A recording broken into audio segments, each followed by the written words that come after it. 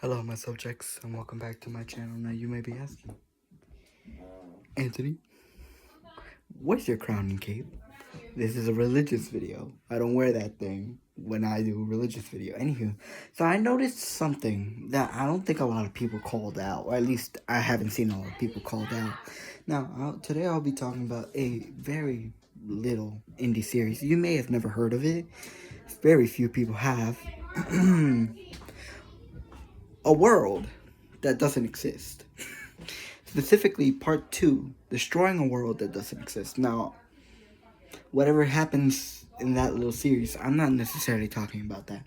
What I am talking about, though, is this symbol right here in the church. Now, you may be asking, Anthony, what does this little symbol have to do with anything? Well, I think it's at least, in some part, a reference to something. What I think it is a reference to Christianity entirely. What do I mean by that? Well, that looks like a cobra, my friends, but it could be any snake, right? It doesn't matter what snake it is. Now, I have a question for you. For those who are not Christian,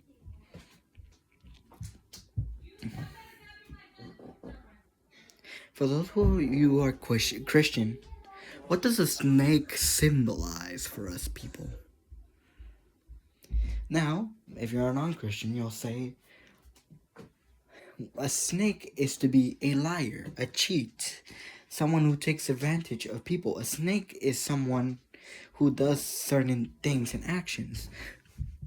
A snake in religion is used to signify one being in particular, a particular snake in the Garden of Eden.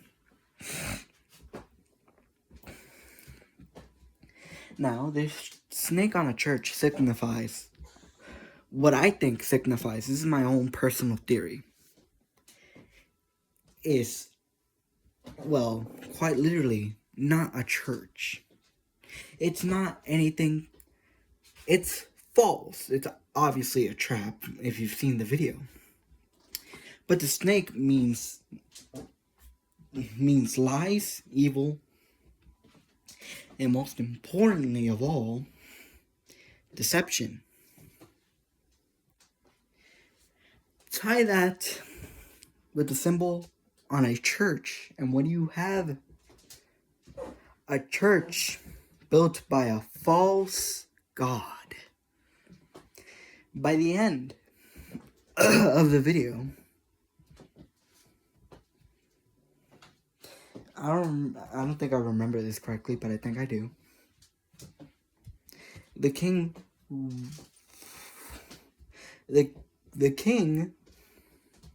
mentions a lot of things, right?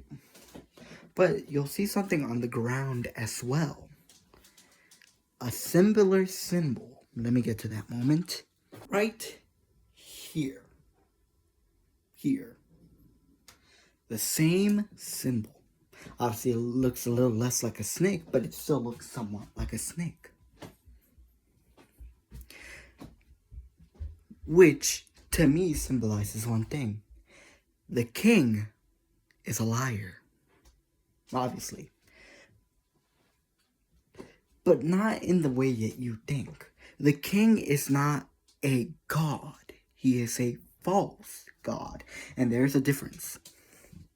Now, while I'm not suggesting there's such thing as one actual god in the world of whatever universe this is set in, or wherever this is set in, however, it portrays the king as someone who claims to be a god himself, but necessarily isn't one. This is the type of person I like to call a powerful being who is very egotistical. Now, all this to say that my little theory is the king in yellow is nothing more but an entity. He isn't a god, and he necessarily isn't a king either. Sure, he has control of the Minecraft world, but again, when you listen to the things he says, he specifically says he wants a way out of the Minecraft world. He wants a way out of... So, which means he's trapped. 1, he needs a vessel. 2, there's only a certain amount of things he does and knows. The King in Yellow didn't know that Durlord was going to recite the spell. The King in Yellow didn't know that Durlord escaped, not until they meet up again. He was like, oh, well, you look at that. You somehow escaped. Which means he may be knowledge itself. He doesn't necessarily have hold of any of that knowledge. More of power. He holds power rather than knowledge. A true god couldn't be trapped in a video game. A true god wouldn't need a vessel. And a true god wouldn't be defeated by the hands of a mortal. Which means the King in Yellow is nothing but a false god. And that's why he's a false god. The false god who built a church and called himself a king. But that's just my theory. Again, I don't know what the symbol means. But it's kind of weird that it appears not once, but twice. Once on the church and the other on the ground. Now, was I wrong about the symbol? Possibly. But, again, when it comes to all things, I will take the religious approach in thinking. All this to say,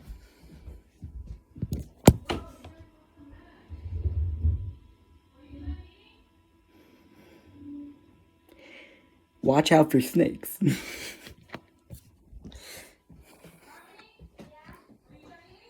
Now, may that symbol be a snake? I don't know. I do not know.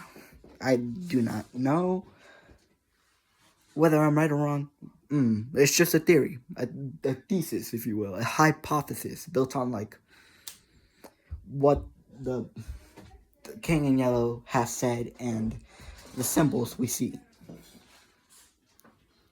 which would also explain a lot. Would explain why. So when you're rewatching the church scene, not only will you know it's a trap, you'll notice that the symbol looks like a snake. An obvious trap.